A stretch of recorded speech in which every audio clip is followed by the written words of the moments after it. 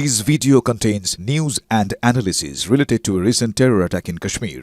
The content may include sensitive visuals and discussions that could be distressing to some viewers. Viewer discretion is advised. We strongly condemn all forms of violence and terrorism. The purpose of the content is solely to inform and create awareness based on verified reports. MDH chana masala এখন ছোলা হোক বা বরবটি দানা, সাদা চানা হোক বা কালো, সব রান্নাই হবে অসাধারণ। MDH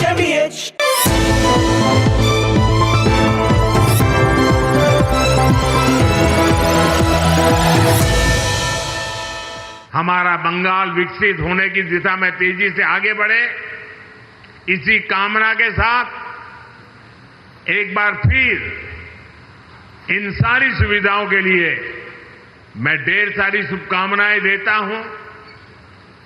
अभी 5 मिनट के बाद मैं यहां से खुले मंच पे जा रहा हूं।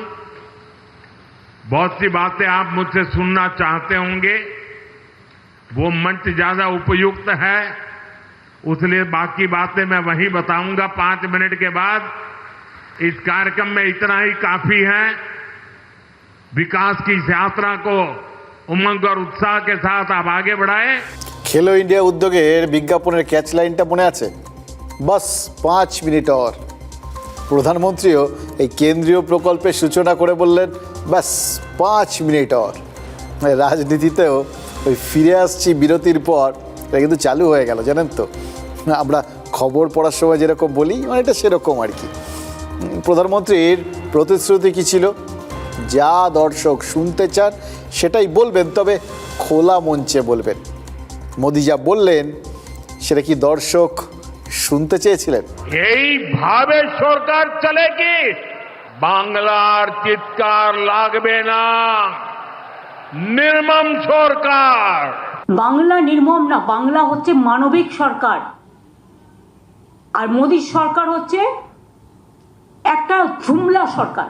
হাজার হাজার সংখ্যায় বিজেপির কার্যকর্তা যাদেরকে আমরা দেখতে পাচ্ছি, যারা আগামী দিনে অপারেশন সিঁদুরের মতো অপারেশন পশ্চিমবঙ্গে মোদিজির সৈনিক হয়ে যারা তৃণমূল কংগ্রেসকে উৎখাত করে বঙ্গোপসাগরের জেলে ফেলবে। Operation of Bengal, I challenge them, if they have the guards, you go election for tomorrow. We are ready and Bengal is ready to accept your challenge. আচ্ছা, মমতা বন্দ্যোপাধ্যায় কি ওই বাস 5 মিনিট আর এরকম বলে বসেছিলেন? মানে ওয়েট করছিলেন যখন বক্তব্য শেষ হবে তারপর তিনি বক্তব্য দেবেন নাকি? তাকে দেখে যেভাবে মনে হচ্ছিল নরেন্দ্র মোদীর সভায় সুকান্ত মজুমদার বা শুভেন্দু অধিকারীরা কি বলবেন সেটা তিনি তার রাজনৈতিক প্রজ্ঞা দিয়ে অলরেডি আন্দাজ করে নিয়েছিলেন। কিন্তু মমতা বন্দ্যোপাধ্যায়ের কথা ছেড়ে দিন, শুভেন্দু অধিকারী সুকান্ত মজুমদাররা ওই মঞ্চে থেকেও কি জানতেন নরেন্দ্র মোদী এইভাবে তার বক্তব্যের অর্ডারটাই পুরো ঘেঁটে দেবেন? আচ্ছা, অর্ডার কিছু ছিল নাকি? অফিসিয়ালি তো ছিল না, সরকারিভাবে থাকার কথাও না, কারণ প্রধানমন্ত্রী কিসের পর কী বলবেন সে অর্ডার কি কেউ ঠিক করে দিতে পারে নাকি? কিন্তু একটা প্রত্যাশা, একটা এক্সপেকটেশান সেটা তো থাকে বই কি। এই যে অপারেশন সিন্দুরের পর থেকে যেখানেই গেছেন প্রধানমন্ত্রী, সেখানেই বক্তব্য রাখাটা শুরু হয়েছে কি দিয়ে? এই অপারেশন সিঁদুর দিয়ে। ইনফ্যাক্ট প্রায় পুরো বেশিরভাগটাই এই অপারেশন সিঁদুর নিয়েই বলেছেন। আলিপুর দুয়ারেও তো সেটাই প্রত্যাশিত ছিল, কিন্তু প্রধানমন্ত্রী তিনি তো ইস্যুর অর্ডারটাই একেবারে উল্টে পাল্টা একাকার করে দিলেন। ওই মাটির বা কাঠের উনুন দেখেছেন তো, বেশ কিছুক্ষণ জলে, তারপরে ওপরে একটা ছাই জমে যায়, আগুনটা নিচে ধিকি ধিকি জ্বলে, তাই মাঝে মধ্যে উস্কে দিতে হয় আর ওই শিং দিয়ে খুঁচিয়ে খুঁচিয়ে দেয়, দেখবেন আপনারা দেখেছেন। এবার নরেন্দ্র মোদী আলিপুর দুয়ারে মালদার মুর্শিদাবাদের আগুনটাকেই তো খুঁচিয়ে দিলেন, উস্কে দিলেন, আর নিয়োগ দুর্নীতি নিয়ে একের পর এক মিসাইল ছুড়ে গেলেন। কেন? তিনি কি ধরেই নিয়েছিলেন যে অপারেশন সিঁদুর নিয়ে দেশের যতই গা গরম হোক, কিন্তু পশ্চিমবঙ্গে বিধানসভা নির্বাচনে তাতে জল গরম হবে না? পহেলগাম সন্ত্রাস আর পাকিস্তানের এই হামলার জবাব দিতে দেশের মানুষ যতই উত্তেজিত থাক, বাংলার মানুষের কাছে অনেক বড় ইস্যু ওই ধর্মের রাজনীতি আর শিক্ষা দুর্নীতি। ভেবেছিলেন নাকি সেরকম? নাকি ওই অভিষেক বন্দ্যোপাধ্যায় বিদেশের মাটিতে দেশের হয়ে চুটিয়ে খেলছেন বলে অপারেশন সিঁদুরটাকে একটু ছেড়ে রাখলেন? মানে ভাবটা এরকম যে ওই নিয়ে যা বলার তা তো অভিষেকই বলছে, আপনাদের ঘরের ছেলে, আপনারা ওর কাছ থেকেই শুনুন। ওই যখন আমার প্রশংসার পঞ্চমুখ, তখন তো আমার অত বেশি কিছু না বললেই চলে, তাই না? আচ্ছা, নরেন্দ্র মোদী কি আসলে ওই তৃণমূলের মধ্যে ডিভাইড অ্যান্ড রুল পলিসিটা খুব সূক্ষ্মভাবে প্রয়োগ করলেন? হ্যাঁ, এটা ঠিক যে অপারেশন সিঁদুর নিয়ে বলতেই হতো, না হলে পাবলিকের তৃপ্তি হতো না। ওই তার উপর ওই 5 মিনিট পর যেটা শুনতে চান সেটাই বলবো, এটা বলা মানেই তো লোকে ওটার জন্যই হাপিত্তেশ করে বসেছিল। দেখবেন জনপ্রিয় গায়করা না সবচেয়ে জনপ্রিয় গানটা শেষে গায়, ওটা না গেয়ে তো তার আসর শেষ করতে পারে না, তাই না? নরেন্দ্র মোদীও অপারেশন সিঁদুর নিয়ে বলেছেন, কিন্তু বলেছেন ওই সববার শেষে। কি মনে হচ্ছিল জানেন দেখে শুনে? ওই দক্ষ কোচ যারা থাকেন না, তারা প্রতিপক্ষকে দেখে, পরিস্থিতি দেখে ব্যাটিং অর্ডারটা বদলে দেন। প্রধানমন্ত্রী প্রতিপক্ষ বুঝে নিয়ে ইস্যুর অর্ডারটাই বদলে দিলেন, আর তাতে মুখ্যমন্ত্রী মমতা বন্দ্যোপাধ্যায় আবার রেগে আগুন। দেখলেন তো কি চড়া মেজাজ, খুব স্বাভাবিক।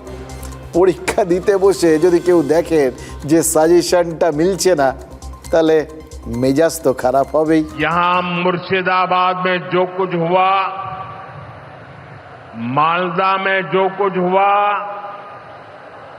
वो यहां की सरकार की निर्ममता का उदाहरण है। दंगों में गरीब माताओं बहनों की जीवन भर की पूंजी राख कर दी गई। মুর্শিদাবাদের মালদার ঘটনা তো বিজেপি করেছে, দাঙ্গা লাগানোর ওস্তাদ তো বিজেপি, এবং তার ডকুমেন্টেশন চাইলে উইথ এভিডেন্স আপনাদের কাছে আমি দিয়ে দেবো। तुष्टीकरण के नाम पर गुंडागिर्दी को खुली छूट दे दी गई। he wants divide and rule. His policies, divisive policies. जब सरकार चलाने वाले एक पार्टी के लोग, विधायक, कॉरपोरेटर ही लोगों के घरों को चिन्हित करके जलाते हैं और पुलिस तमाशा देखती है, तो उस भयावह स्थिति की कल्पना की जा सकती है। बंगाल बहुत खराब है, लॉ एंड ऑर्डर। मणिपुर क्या बहुत अच्छा है? कौन किया? आपने मणिपुर क्यों नहीं किया? अब मणिपुर नहीं जा सकता है, और बंगाल सेफ है, इसी के लिए बंगाल में आप आते हैं इलेक्शन करने के लिए। मैं बंगाल की भद्र जनता से पूछता हूं, क्या सरकारें ऐसे चलती हैं? वो तो आप जानबूझ के सजा के डेकोरेशन करके करते हैं, पहले प्लान करके, जैसे संदेश खाली में किया, जैसा मालदा में किया, जैसा मुर्शिदाबाद में किया। ऐसे तो हजारों गुंडा आपने किया है। एनआरसी को लेके कितना गोली चलाया, एनपीआर को लेके कितना हुआ, दिल्ली में कितना लोगों को मारा। बड़ा बड़ा बात करते हैं। असम गवर्नमेंट को क्यों कहना पड़ा कि हम सिटीजन्स को हाथ में राइफल दे देंगे? एक कोई लॉ एंड ऑर्डर कोई हाथ में ले सकता है? यही भावे सरकार चलेगी। প্রধানমন্ত্রী এক পেশে অভিযোগ করে যাবেন আর মুখ্যমন্ত্রী জবাব দেবেন না, এটা তো হতে পারে না।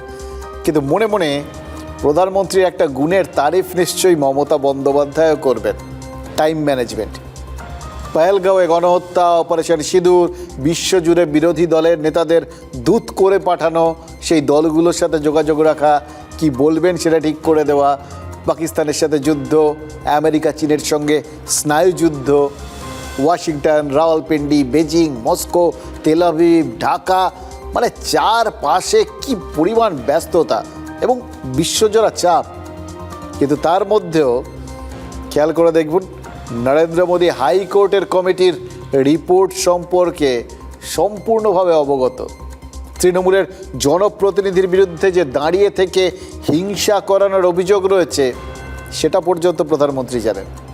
এই পরিস্থিতিতে এত খুঁটিনাটি জানা কিন্তু সহজ কথা নয়। যেমন নিয়োগ দুর্নীতিতে চাকরি খোয়ানো যোগ্য শিক্ষকদের একাংশ ওই বিজেপির দিকে ঝুঁকে গেছে।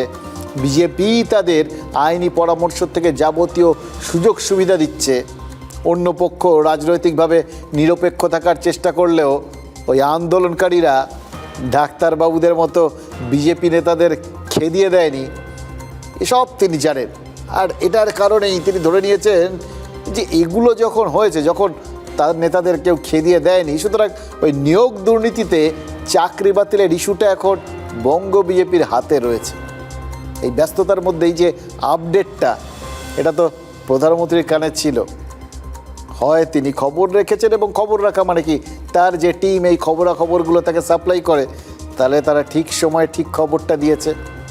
এবং মালদা মুর্শিদাবাদের পর সেই জন্যই তো সব থেকে বেশি তার কাছে গুরুত্ব পেয়েছে ওই চাকরি বাতিলের ইস্যুটাই। भ्रष्टाचार कैसे चारों तरफ बर्बादी लाता है, ये हमने टीचर भर्ती घोटाले में देखा है। इतना झूठा भ्रष्टाचार, सबसे ज्यादा भ्रष्टाचार तो आपका गवर्नमेंट का है। टीएमसी सरकार ने अपने शासनकाल में हजारों टीचर्स का फ्यूचर बर्बाद कर दिया, उनके परिवारों को तबाह कर दिया, उनके बच्चों को असहाय छोड़ दिया। बीजेपी राज को देखो, आज आप एसएससी का टीचर को बात करते हैं, कौन किया है?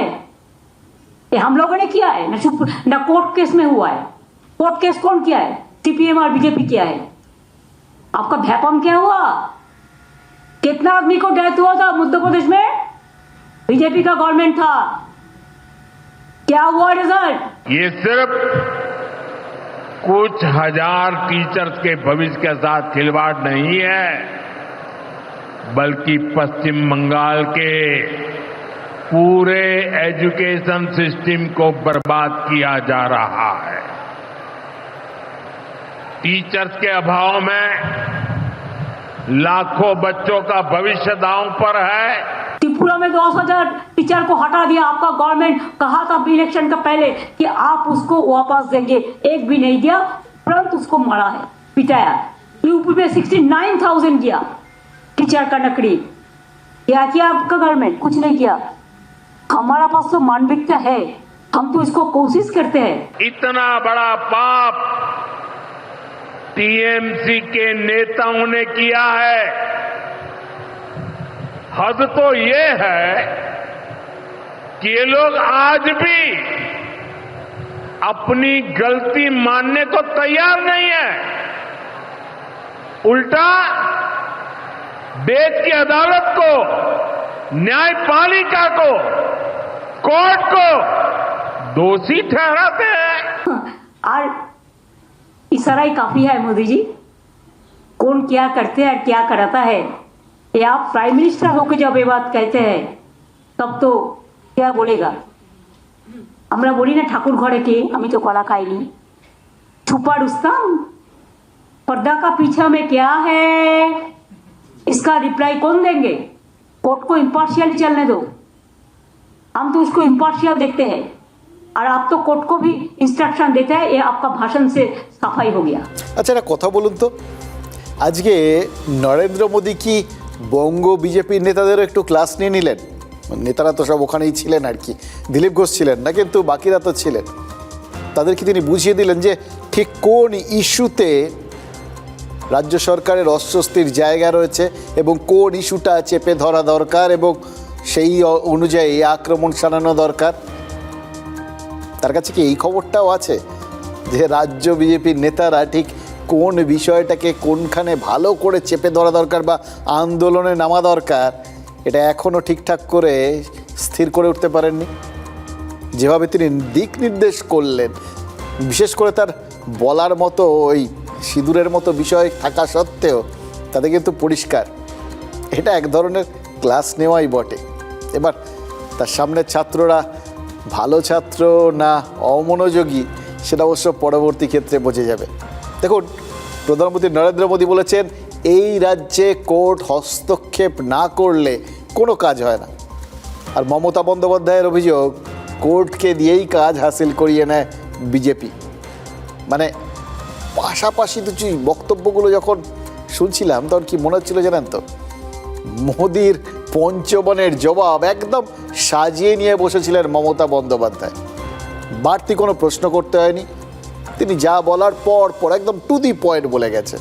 তবে একটা বিষয় তিনিও অস্বীকার করতে পারেননি, মোদি যে আলিপুরদুয়ারে সেনাকে স্যালুট না করে আগে তৃণমূলকে শ্যুট করে দেবেন সেটা কিন্তু তিনিও আশা করেননি। बड़ा बड़ा बात चर्च करते हैं।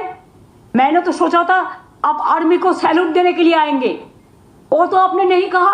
And of course you are the real asset, you are not, you are the cassette.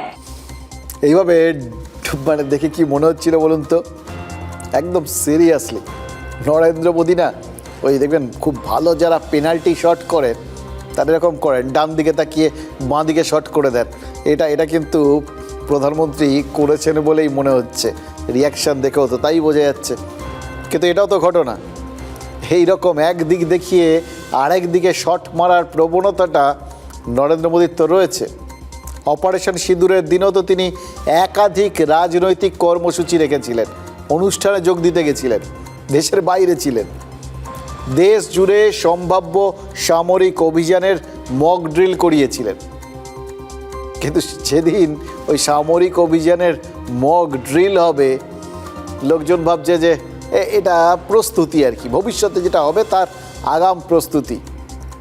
কিন্তু যেটা হবে সেটা যে আরও আগে হবে এটাই তো পরিষ্কার হয়ে গেছিল যখন সেদিন গভীর রাতে ভারতীয় বায়ুসেনা পাকিস্তানের গভীরে ঢুকে যখন জঙ্গি ঘাঁটিগুলো উড়িয়ে দেবে। এটা যে ঘটবে সেটা তো পাকিস্তানও আজ করতে পারেনি। মুখ্যমন্ত্রী কি আজ করতে পেরেছিলেন যে যখন ওই তৃণমূলের সাধারণ সম্পাদক পূর্ব আর দক্ষিণ পূর্ব এশিয়া সফরে দেশের প্রতিনিধিত্ব করছেন, মোদিরই বিদেশ নীতির উকিল হয়ে সওয়াল করছেন, তখন নরেন্দ্র মোদী বাংলায় এসে অভিষেকের দলকে এরকম আক্রমণ করে বসবেন? আচ্ছা, এটা কি অসৌজন্য, নাকি রাজনীতিতে অনেক আক্রমণ সৌজন্যবশত হয়ে থাকে?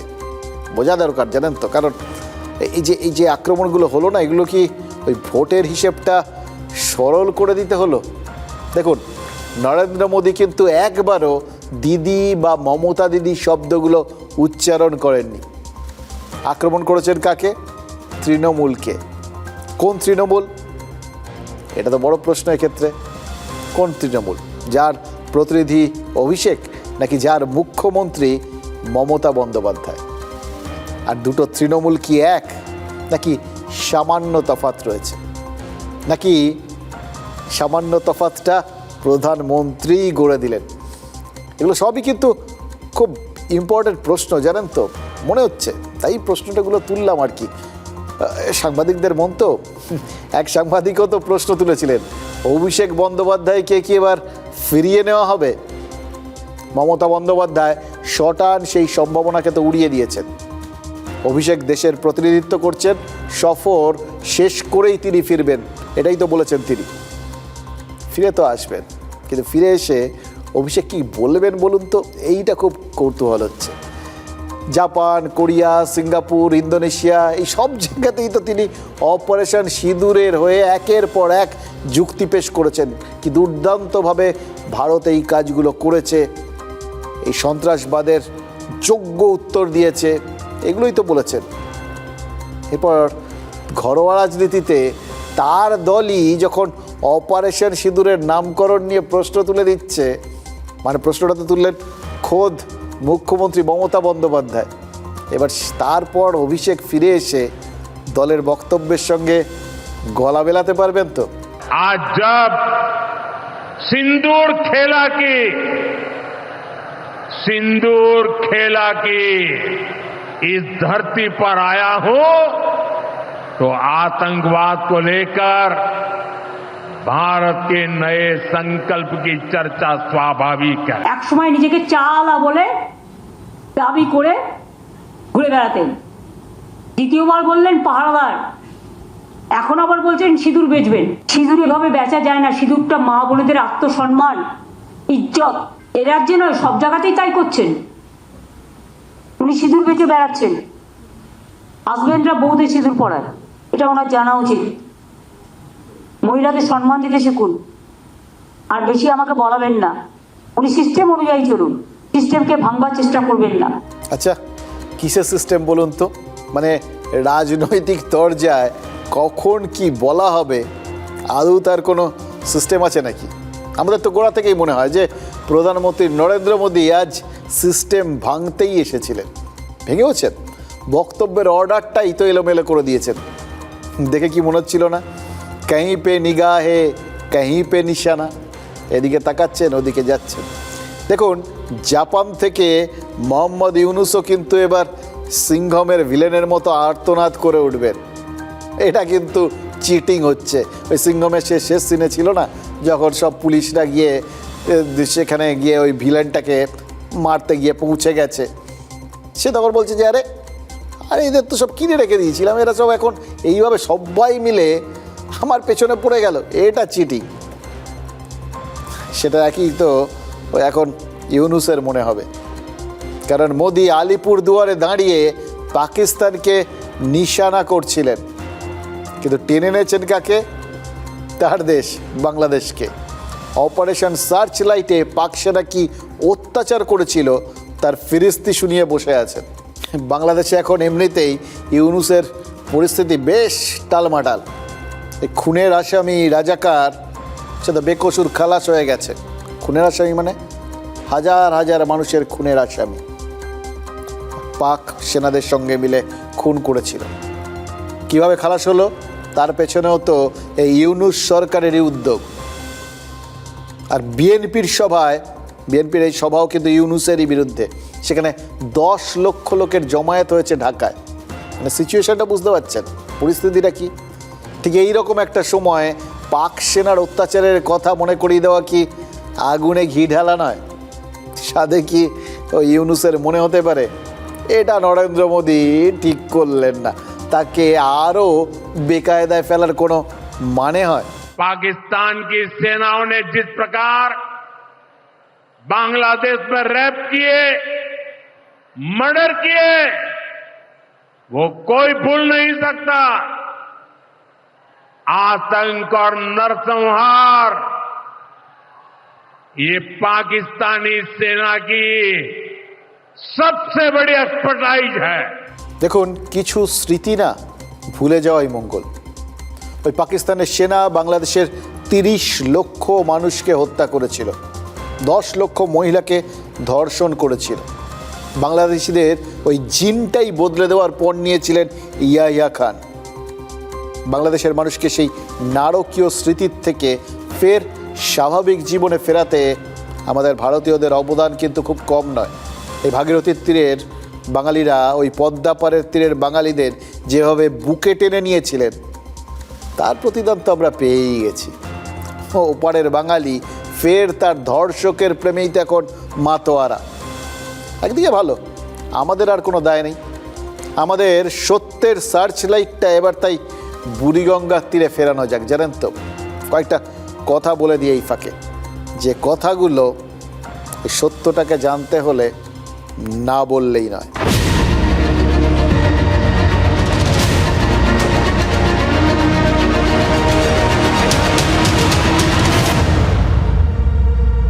শ্যাম বেনেগালের শেষ সিনেমা মুজিব, সিনেমাটা মুক্তি পেয়েছিল 2023 সালে। শেখ হাসিনা তখনও বাংলাদেশের গদিতে ছিলেন। ঢাকায় মুজিবের প্রিমিয়ারের পর হাসিনা নাকি বলেছিলেন শ্যাম বেনেগালের এই সিনেমাটা বাংলাদেশের মুক্তিযুদ্ধের দলিল হয়ে থেকে যাবে। বলেছিলেন তো বটে, তখন কি আর ভেবেছিলেন যে এখনকার বাংলাদেশে এই মুক্তিযুদ্ধের দলিল দস্তাবেজের আর কোনো গুরুত্বই থাকবে না? তবে নরেন্দ্র মোদীর আজকের ভাষণের পর আমাদের কিন্তু ওই মুক্তিযুদ্ধের পাতা উল্টাতে হচ্ছে। প্রধানমন্ত্রীর ভাষণে এই অপারেশন সার্চ লাইটের প্রসঙ্গটা এলো না? 1971-এর 25শে মার্চ রাতে বাংলাদেশ জুড়ে গণহত্যা চালিয়েছিল পাকিস্তানি সেনা। তবে তার আগে নির্দেশিকা জারি করে সমস্ত বিদেশি সংবাদ মাধ্যমের সাংবাদিকদের এই বাংলাদেশ ছেড়ে চলে যেতে বাধ্য করা হয়েছিল। শুধু থেকে গেছিলেন একজন, ওয়াশিংটন পোস্টের সাংবাদিক সাইমন ড্রিং।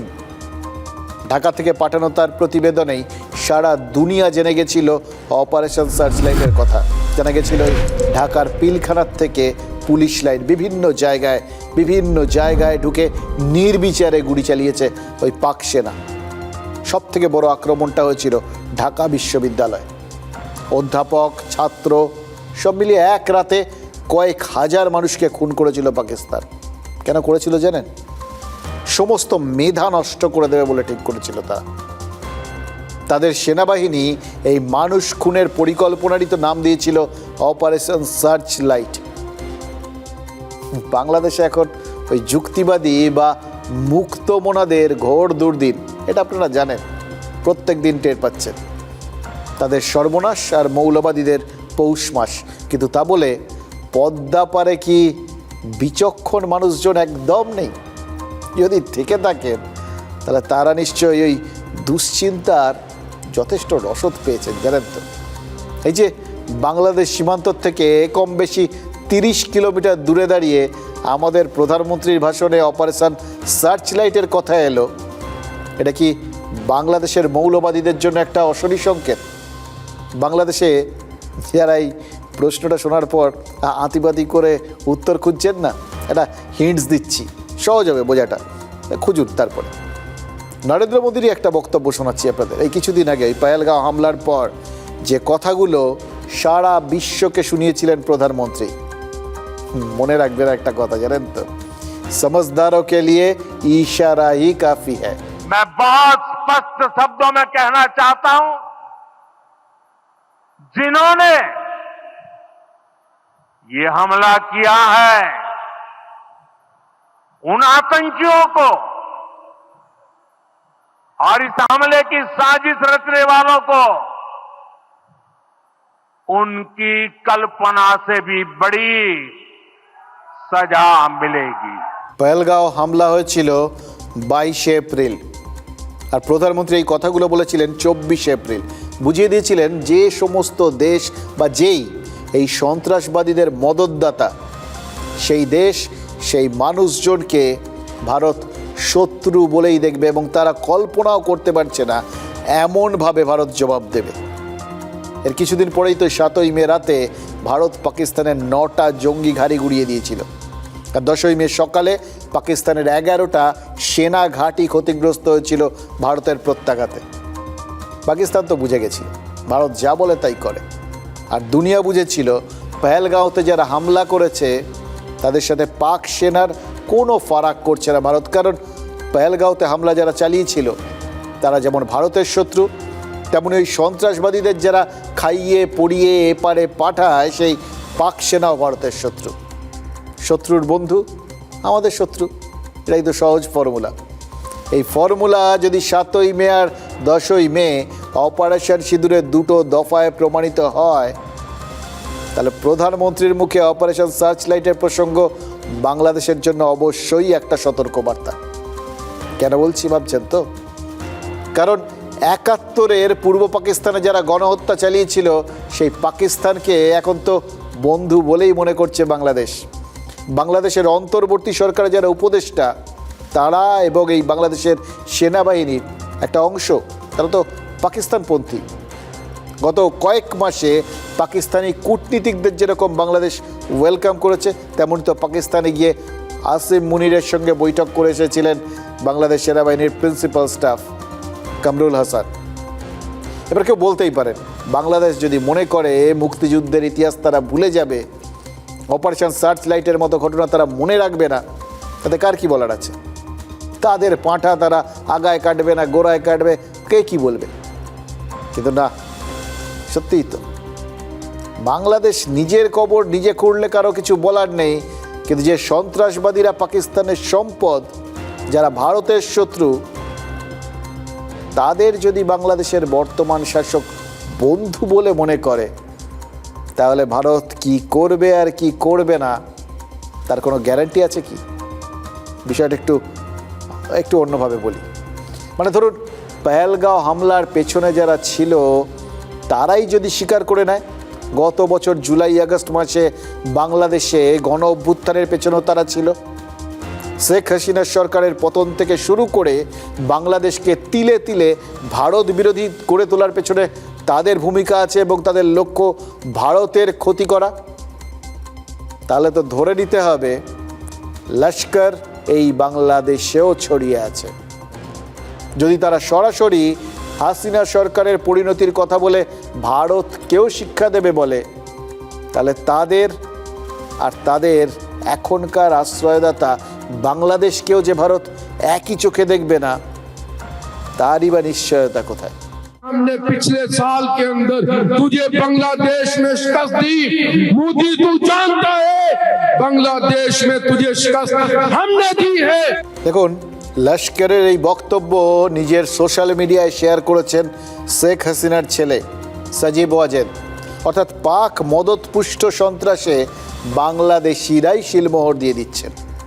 যা করার ওই দুটো দেশের মানুষজনই করছেন, আর আমরা নিশ্চিন্ত হচ্ছি, কারণ বাংলাদেশটা যে মৌলবাদীরাই চালাচ্ছে সেটা নিয়ে তো আমাদের কোনো সময় কোনো সংশয় ছিল না। সেই মৌলবাদটা যে মেড বাই পাকিস্তান, পাকিস্তানের তৈরি, এটা নিয়েও তো আর কোনো সন্দেহ রইল না। আজকের পর এটা নিয়ে আর ভেবে একদম আশ্চর্য হবেন, অবাক হবেন না যে আমরা ভারতে এই বাংলাদেশের স্বাধীনতার জন্য এত সাহায্য করলাম, যে দেশটাকে স্বাধীন হতে সাহায্য করলো ভারত, সেই দেশটা কি করে এতটা ভারত বিদ্বেষী হয়ে গেল ভাববেন না একদম। শুধু মাথায় রাখবেন, ৭১ ভারত যাদের মেরে, যাদের দুমড়ে মুচড়ে দিয়ে পূর্ব পাকিস্তানের মানুষকে স্বাধীন করেছিল, সেই আঘাত পাকিস্তান তো এখনও ভোলেন। সেই পাকিস্তানেরই মদতপুষ্ট মৌলবাদীরাই আজকে এই বাংলাদেশকে নিয়ন্ত্রণ করছে। ফলে পাকিস্তানের মতোই তো বাংলাদেশেও একটা জঙ্গি প্রজন্ম তৈরির চেষ্টা করবে তারা, এটাই তো স্বাভাবিক। লস্করে তৈবা জঙ্গি ওই মুজাম্মল হাজমি যার বক্তব্যটা শুনলেন, সে তো এটাই পরিষ্কার করে বুঝিয়ে দিল, সব কিছুরই লক্ষ্য ভারতের ক্ষতি করা। এখনকার বোর্ডে বাংলাদেশ। আজকের পর যতই মোহাম্মদ ইউনূসরা চেষ্টা করুন, তারা তাদের এজেন্ডার গোপন রাখতে পারবেন না। পাকিস্তানের নির্দেশেই যে তারা তাদের দেশে জামাতে ইসলামী বা হিজবুতের মতো জঙ্গি সংগঠনগুলোকে মদত দিচ্ছেন, আনসারুল্লাহ বাংলা টিমের মতো জঙ্গি সংগঠনের সদস্যদের এদেশে নাশকতার উদ্দেশ্যে পাঠাচ্ছেন, সেটা অস্বীকার করার আর কোনো উপায়ই তাদের সামনে রইল না। লক্ষ্য করেছিলেন কি ৩২ নম্বরে আগুন ধরিয়ে হিজবুত তাহরিরের পতাকা ওড়ানো হয়েছিল? ইসলামিক যে পতাকা রয়েছে সেই পতাকা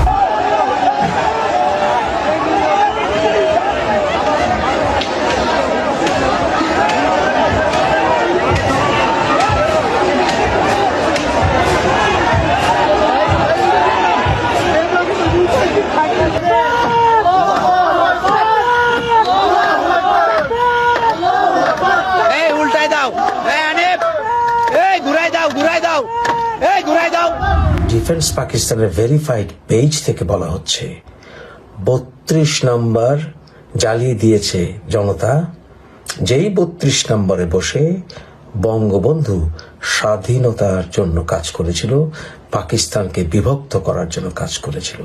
তাহলে পাকিস্তানের আর্মিদের নিজস্ব সেই প্রচারণাতেই প্রমাণ পায় ৩২ নম্বর ছিল বাংলাদেশের স্বাধীনতার তীর্থভূমি, যেখান থেকে স্বাধীনতার সকল পরিকল্পনা করা হয়েছে। বাংলাদেশিরা বলছেন যে তাদের দেশ জঙ্গিদের কবজায়। যে অস্ত্র ব্যবহার করে বাংলাদেশে অস্থিরতা তৈরি হয়েছে, সেই অস্ত্র তো আমাদের বিরুদ্ধেও প্রয়োগের চেষ্টা চলছে। দেখুন, এখন পর্যন্ত জামাত বা আনসারুল্লাহ জঙ্গি গোষ্ঠীর যে সমস্ত সদস্য এদেশে এসছে, হয় তাদের আমাদের গোয়েন্দারা ধরে ফেলেছে, অথবা তারা এখানে গোপন বৈঠক করে যাওয়ার পর যাদের সাথে বৈঠক করেছিল তাদের চিহ্নিত করে ফেলেছে। কিন্তু এটা তো আমরা যেটুকুনি জানি সেইটুকু। এর বাইরেও যে আর কোনো বাংলাদেশি জঙ্গি এপারে নেই, তারা এখানে বসে বসে তাদের হাত পা তৈরি করছে না, মানে কোনো স্লিপার সেল তৈরি করছে না, মগজ ধোলাই করছে না, বা তারা নিজেরাই কোনো অদৃশ্য নির্দেশের অপেক্ষায় নেই, তারও তো কোনো নিশ্চয়তা নেই। হয়তো এদেশে চিহ্নিত হওয়া অবৈধ বাংলাদেশিদের মধ্যেও কোনো জঙ্গি আছে, সবই সম্ভব। হয়তো সেজন্যেই যখন এ পাশ থেকে ওই অনুপ্রবেশকারীদের বাংলাদেশে পুশব্যাক করা হচ্ছে, তখন বর্ডার গার্ড বাংলাদেশ বাধা দিচ্ছে, চাইছে না যে উদ্দেশ্যে যে নির্দেশ দিয়ে এদের পাঠানো হয়েছিল মিসাইলের মতো সেটা ফিরে আসুক। বিস্ফোরণ যদি নিজের দেশে ঘটে তাহলে তো কেলেঙ্কারি কাণ্ড। দুটো বিষয় মাথায় রাখুন, ভুললে চলবে না যে পহেলগাঁও হামলা যারা চালিয়েছিল তাদের মধ্যে পাকিস্তানের সেনাবাহিনীর স্পেশাল ফোর্সের সদস্যরা ছিল, যারা দিনের পর দিন মাসের পর মাস বিশেষ অভিযানের জন্য ট্রেনিং পায়। খাবার দাবার না পেলে যারা বনে জঙ্গলে শ্যাপ বাং মেরে খিদে মেটানোর ট্রেনিং পায়। সেই স্পেশাল ফোর্সের সদস্যদের এদেশে নাশকতার জন্য পাঠিয়েছিল পাকিস্তান, এবং সেই নাশকতার দায় স্বীকার করেছিল এই লস্করে তৈবার শাখা সংগঠন দ্য রেজিস্ট্যান্স ফোর্স বা টিআরএফ। পহেলগাঁও হামলার কয়েক ঘন্টার মধ্যে টিআরএফ একেবারে বিবৃতি দিয়ে ২৬ জন হিন্দুকে হত্যার দায় নিয়েছিল। সেই লস্কর যখন বাংলাদেশের এই যাবতীয় পরিবর্তনের পেছনে আছে বলে দায় নিচ্ছে, তখন পাকিস্তান সেনার মতোই বাংলাদেশের সেনা বা বর্ডার গার্ড বাংলাদেশের ভেতরেও সরাসরি জঙ্গি কানেকশনের সম্ভাবনা কি তৈরি হয়ে যাচ্ছে না? বাংলাদেশে বসে যারা ভাবছেন পাকিস্তান তাদের দেশে যে মৌলবাদের বিষ সরবরাহ করছে, সেই বিষের জ্বালা শুধুমাত্র ভারত ভোগ করবে, তারা ভুলে যাচ্ছেন মৌলবাদ এমন একটা জিনিস যেটা যার ওপর প্রয়োগ করা হয় তার যেরকম ক্ষতি, তেমনি মৌলবাদের ফলন যেখানে হয় সেই জায়গাটারও সমান ক্ষতি। ৭১-এ পাকিস্তানের সেনা বাংলাদেশে অকথ্য অত্যাচার চালিয়েছিল, কিন্তু কাদের নিয়ে সেই অত্যাচার চালিয়েছিল? এটিএম আজহারুল্লাহর মতো ধর্মান্ধ মৌলবাদীদের সমর্থন নিয়ে সঙ্গে নিয়ে এই অত্যাচার চালিয়েছিল, যারা নিজেদের ভাষার জন্য লড়াই না করে শুধুমাত্র ধর্মের কথা মাথায় রেখে পাকিস্তানের তাবেদারি করবে বলে ঠিক করেছিল। অথবা এরা তো দুষ্কৃতীদের এরকম ধর্মও থাকে না, তাদের একটাই ধর্ম, দুষ্কৃতী তারা, এবং সেই জন্য তারা যা করে নিজেদের স্বার্থের জন্য করে। সেই জন্যই তো ওই রংপুর গণহত্যার মতো নৃশংস ঘটনা ঘটাতে পেরেছিল ওই এটিএম আজহারুল্লাহ। প্রায় ৩,০০০ মানুষকে সেখানে খুন করা হয়েছিল। এই এটিএম আজহারুল্লাহকে সম্প্রতি যাবজ্জীবন কারাদণ্ডের সাজা মুকুব করিয়ে জেল থেকে ছাড়ানোর ব্যবস্থা করেছে অন্তর্বর্তী সরকার। বলছিলাম না সে কথা? এই সরকারের আমলে যে বাংলাদেশ আবার ৭১-এর অন্ধকারে ফিরে যাবে সেটাই তো স্বাভাবিক। এই ভয় মানুষের মনে জাঁকিয়ে বসেছে ওই দেশে, এটাতে অবাক হওয়ার আর কিছু নেই। সত্যিই বাংলাদেশ পেছন দিকে এগোচ্ছে। ৬ আগস্ট মরতে মরতে আমি আবার বেঁচে এসেছি আপনাদের মাঝে।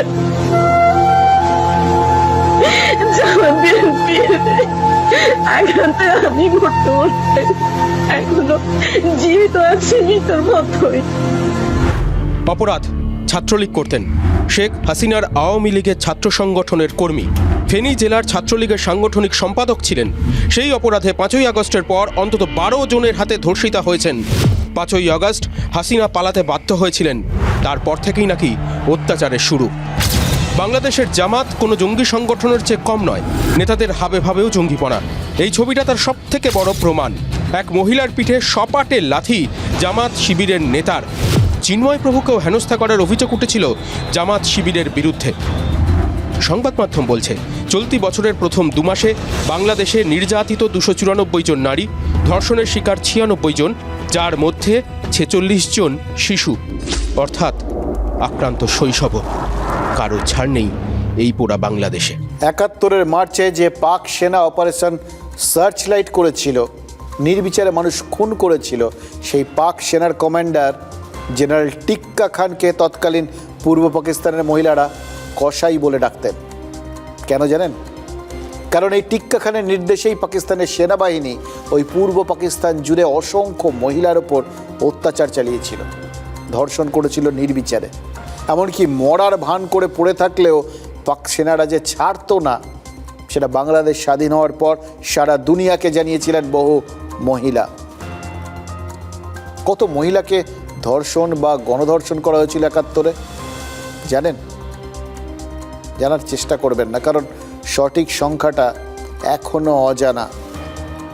তবে আমেরিকার নারীবাদী এক সংগঠন 2005-এ দাবি করেছিল 71-এ অন্তত 4 লক্ষ মহিলা এই নারকীয় অত্যাচারের শিকার হয়েছিলেন। আর গত 9 মাসে বাংলাদেশে কতজন মহিলা ধর্ষিতা বা গণধর্ষিতা হয়েছেন সেটা হয়তো ভবিষ্যতে জানা যাবে। তবে সংখ্যাটা যে কয়েক হাজার হতে পারে সেটাই তো ওখানকার গণমাধ্যম আশঙ্কা করছে। বাংলাদেশে এই মুহূর্তে আওয়ামী লীগের মহিলা কর্মী বা সমর্থকরা যেরকম নিরাপদ নন, সংখ্যালঘু হিন্দুরা যেমন নিরাপদ নন, তেমনি তো বিএনপি বা অন্যান্য দল, যে দলগুলো ইউনূসের হাতে তামাক খাচ্ছে না, তাদের কর্মীরাও যে নিরাপদ নন সেটা তো জামাতে ইসলামীর ছাত্র সংগঠনের কর্মীর ওই লাথি মারার ঘটনাতেই পরিষ্কার। বাম ছাত্র সংগঠনের এক মহিলা কর্মীকে চট্টগ্রামের মাটিতে দাঁড়িয়ে লাথি মেরেছে ওই জামাতি, যে চট্টগ্রাম প্রীতিলতা ওয়াদ্দেদার বা কল্পনা দত্তের মতো বিপ্লবীর জন্মস্থান। সেই চট্টগ্রামের এই পরিবর্তন কিভাবে নিচ্ছে বাংলাদেশ? দেখুন, বাংলাদেশের মানুষের মধ্যে এখনও মুক্ত মনারা আছেন যারা বিশ্বাস করেন এই অন্ধকার একটা সময় কাটবে। বাংলাদেশে সেই মানুষজনই এই ঘটনার ভিডিও এক্স হ্যান্ডেলে পোস্ট করেছেন এবং তারাই রাষ্ট্রপুঞ্জের হস্তক্ষেপ দাবি করেছেন। তারা বলছেন তাদের দেশের ঘটনা নিয়ে প্রতিবাদ করছেন। এরপর আমাদের আর কি বলার থাকে? আমরা বরঞ্চ আপনাদের তৃতীয় এক দেশের এক মহিলার বক্তব্য আপনাদের শোনাতে পারি, যিনি সারা দুনিয়াকে বলছেন বাংলাদেশের এই যে মুক্তিযুদ্ধের শহীদদের রক্তের দাম না দিয়ে পাকিস্তানের দোসর হয়ে যাওয়াটা, এটা যে কত বড় কলঙ্ক।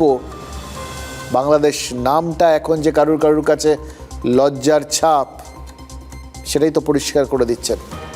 তার কথা শুনলে বুঝবেন বাংলাদেশের এই ভোল বদলের কথা উদাহরণ হয়ে গেছে গোটা বিশ্বে। নাহলে যে বালুচিস্তান পাকিস্তানের হাত থেকে রেহাই চাইছে, সেই বালুচিস্তানের স্বাধীনতা আন্দোলনের এক নেত্রী, এ কথা মনে করার। আর যাই হোক, বালুচিস্তান বাংলাদেশ হবে না।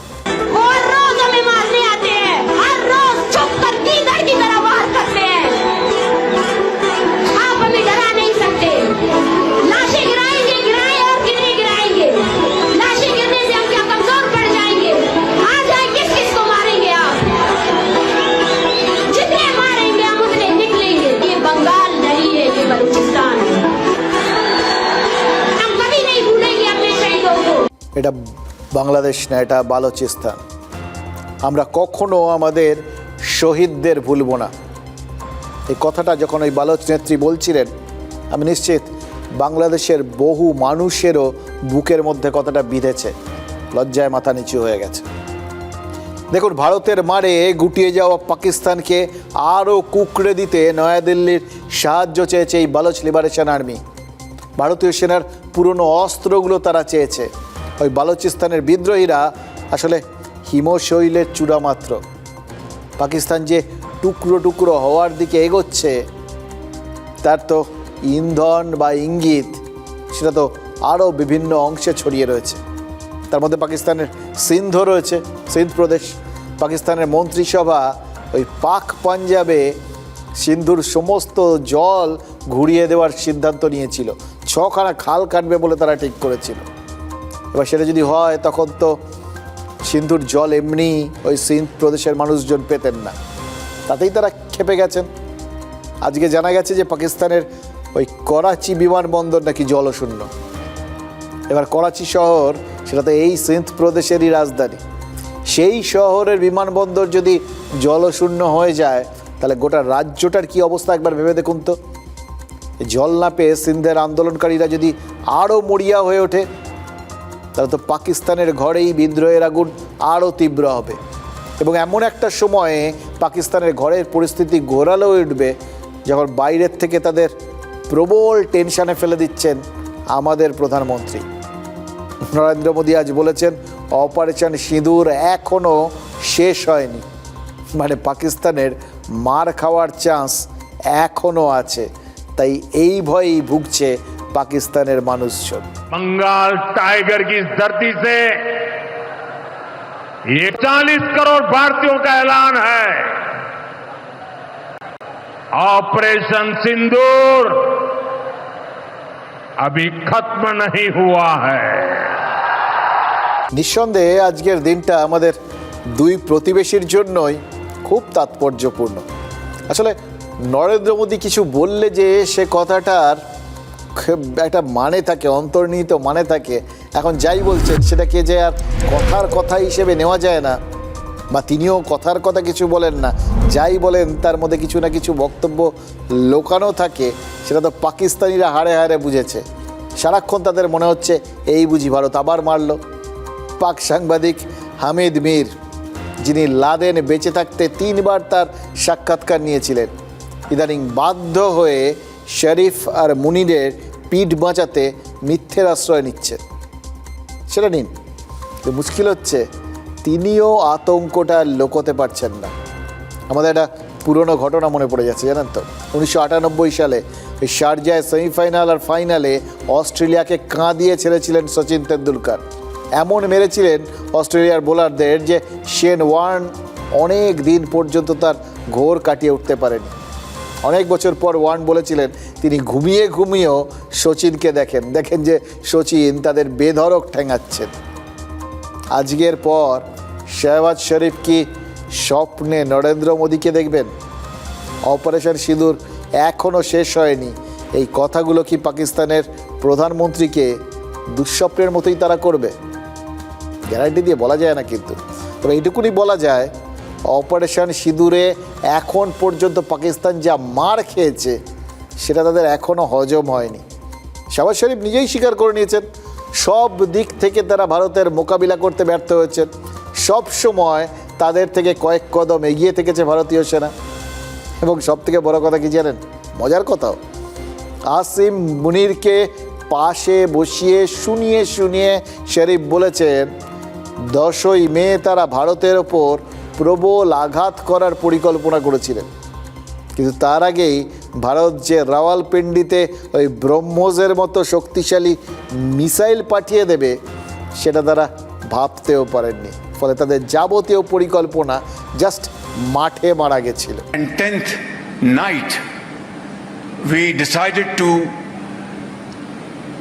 respond in a measured fashion to Indian aggression, and we had decided that at 4:30 in the morning after Fajr prayers, Pakistan armed forces led very ably by our Field Marshal, Chief Army Staff sitting here, Syed Asim Munir, to teach a lesson to our enemy. But before that hour reached, India again launched missile attacks, BrahMos, and hit Pakistan's various provinces, including airport in Rawalpindi and other places. আসলে কি জানেন তো ব্যাপারটা, ভদ্রলোকের জন্য খারাপ লাগছে। After all একটা দেশের প্রধানমন্ত্রী নিজের দেশের মানুষের সামনে নিজেদের এইভাবে পরাজয়ের বার্তাটা দিতে হচ্ছে, তার অবস্থা তো খুব খারাপ। তাও সত্যি কথাটা বলেছেন, এটা ভালো। কিন্তু ভদ্রলোকের আরেকটা জিনিস ভেবে একটুখানি খারাপই লাগছে, উনি ওই প্রিএম্প্ট অ্যাটাক কথাটা শোনেননি, জানেন তো, যেটা ইসরায়েল প্রথম চালু করেছিল।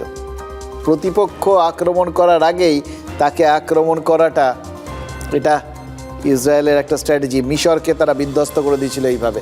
এবং সত্যি কথা বলতে কি, ভারত এবার যেভাবে এই পাকিস্তানের প্রত্যেকটা হামলার মোকাবেলা করেছে এবং তাদের শিক্ষা দিয়েছে, সেটা কিন্তু অনেকটা ওই ইসরায়েলি স্টাইলে। ইসরায়েলি ড্রোন টোন এই সমস্তগুলো আছে ভারতের হাতে।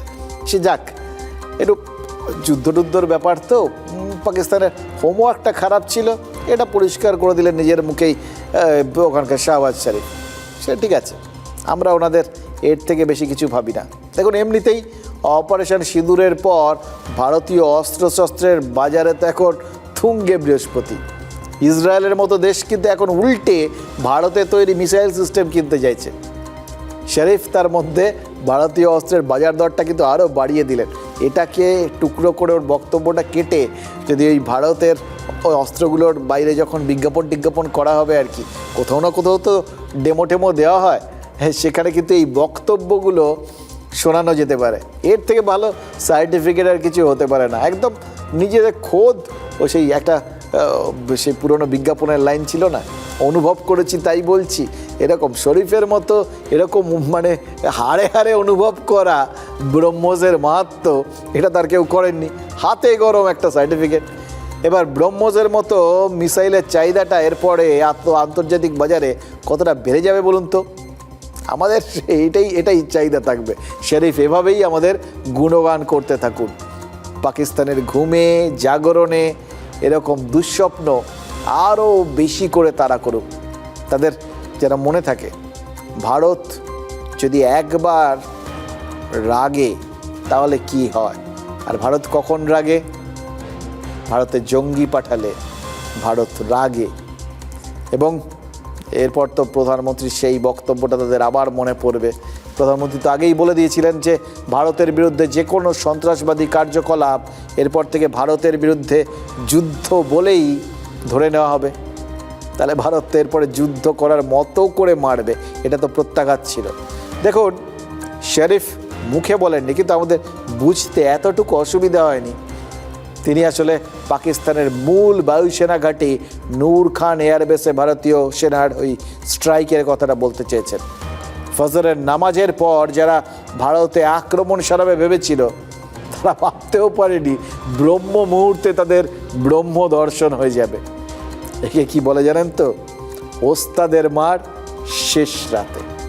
সেজন্যই সম্ভবত পাকিস্তানের প্রধানমন্ত্রী কয়েকদিন আগেই শান্তি আলোচনায় বসার প্রস্তাব দিয়েছেন, জানেন তো? তার মাথার মধ্যে নিশ্চয়ই ওটাই ঘুরছিল যে এর থেকে শান্তি আলোচনাতে বসাই ভালো। কাশ্মীর থেকে সন্ত্রাস দমন, জল থেকে বাণিজ্য, সব নিয়েই নাকি তারা এখন আলোচনায় আগ্রহী। এই কদিন আগে তেহরানে যখন গেছিলেন কূটনৈতিক সমর্থন পেতে, দলবল নিয়ে শাহবাজ শরীফ গেছিলেন, তখনই ওই ধর্মগুরু আয়াতুল্লাহ খোমেনির সঙ্গে দেখা সাক্ষাতের পর তিনি এই কথাগুলো বলেছেন। খোমেনিও ইসলামী ঐক্যের কথা বলে পোস্ট করেছেন, কিন্তু সবার মাথার মধ্যে তো একটা জিনিস ঘুরছিল, ইরান শিয়া সংখ্যাগরিষ্ঠ দেশ, পাকিস্তানের সুন্নিরা সংখ্যাগুরু, শিয়াদের মসজিদে নিয়মিত বিস্ফোরণ ঘটে। তো ইরান পাকিস্তান সীমান্তে ঝামেলা, সেটা তো একটা কমন ব্যাপার। এই বালোচ লিবারেশন আর্মিও তো ইরানের প্রচ্ছন্ন সমর্থন পেয়েই থাকে। এবং সবথেকে বড় কথা, ইরানের সাথে ভারতের পুরনো এবং সুদৃঢ় বন্ধুত্ব রয়েছে। ফলে শরীফ খোমেনির কাছেও ভরসা পেয়েছিলেন নাকি ধমক খেয়েছিলেন সেটা তো জানা নেই, কিন্তু এটা ঘটনা যে তারপরেই তার এই বোধোদয়। এবার মুশকিল হচ্ছে, পাকিস্তান যে আলোচনা করতে চাইছে, এই আলোচনার পূর্ব শর্ত কি সেটা কি তারা জানে না? বিনিময়ে তারা যে এই যাবতীয় জঙ্গি ঠঙ্গি তারা ধরে পুষে রেখে দিয়েছে, তাদের যে কোথাও গিয়ে ভারতের হাতে তুলে ধরতে দিতে হবে, বা মাসুদ আজহার, জাকিউর রহমান লাখভি, হাফিজ সঈদ, এদের ধরে আগে ভারত তাদের ফাঁসিতে ঝোলাতে হবে, এই কঠিন একটা শর্ত পূরণ করতে হবে, সেটা তো শরীফ জানেন। আগে সেই কাজটা করুন, তারপর তো বাকি বিষয়গুলো আসবে। না হলে অত প্রস্তাবের যে আদৌ কোনো ফল হবে না, সেটাও সম্ভবত তিনি নিজেই জানেন। দেখুন, আসলে বিষয়টা কি জানেন তো, সব জেনে শুনে এই কথাগুলো বলছেন কারণ তারা হয়তো নিজেরাও জানেন এই মুহূর্তে তারা আন্তর্জাতিক দুনিয়ার কাছে রীতিমতো কমেডি হয়ে গেছে। সিরিয়াসলি কার্টুন হিসেবে দেখছে এখন এই দুজনকে বিশ্বের মানুষ। এই যে দেখলেন তো, পাশের সেনাপ্রধানকে বসিয়ে যা শরীফ বলে দিলেন, এবং যেটা বিশ্বের বাজারে ছড়িয়ে গেল। তারপর এটা মনে না হওয়ার কি আর কারণ আছে? আর একটা কারণ বলি আপনাদের। ফিল্ড মার্শাল হওয়ার পর আসিম মুনির একটা পার্টি দিয়েছিলেন, তাতে মুনিরকে একটা পোর্ট্রেট গিফট করেছিলেন শরীফ। সেনাপ্রধানকে দিচ্ছেন তো, তাই মিসাইল ছোড়ার একটা ছবি তাকে গিফট করেছিলেন। ফ্যাক্ট চেকে কি ধরা পড়েছে জানেন? ওটা আদৌ পাকিস্তানের ছোড়া কোনো ক্ষেপণাস্ত্র নয়, 2019 সালে চীনের ক্ষেপণাস্ত্র পরীক্ষার ছবি। এই পাকিস্তানের নেটিজেনরাই এটা বার করেছেন আর হাসাহাসি করছেন। আর ভারত কি বলছে? যা বলার সেটা তো বাহরিনে গিয়ে আসাদুদ্দিন ওয়াইসি বলেই দিয়েছেন, জোকার।